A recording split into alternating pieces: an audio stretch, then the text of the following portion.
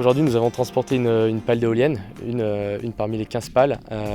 Une pale fait 35 mètres de longueur, parce qu'on est sur des machines qui font 70 mètres de diamètre de rotor.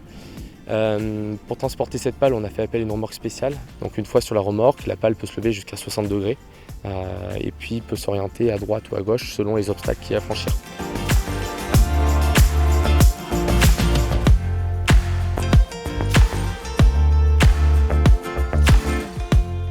Ce genre de transport est très impressionnant, c'est pour ça qu'on a vu notamment beaucoup de foule ce matin tout le long de la route et autour du convoi. Ce transport-là demande beaucoup de temps. On a une vitesse moyenne, on va dire, entre 2 et 4 km/h. Donc pour pouvoir faire les 11,6 km exactement qui est entre l'aire de stockage et le site, on prévoit à peu près entre 5 et 6 heures. Ce transport de pales justement a demandé beaucoup de préparation, qu'on a dû aménager la route, notamment tout ce qui était réseau aérien. Ensuite, il y a l'élagage des arbres, évidemment. Et malgré tout ça, on se rend compte que ça passe très juste par rapport à certains endroits spécifiques de l'itinéraire.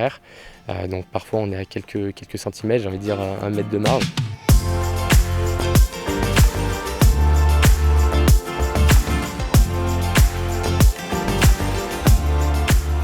On a vraiment découpé notre itinéraire en tronçons, parce que quand on fait passer le convoi, on est obligé de fermer la route pour ne pas avoir de dépassement du convoi.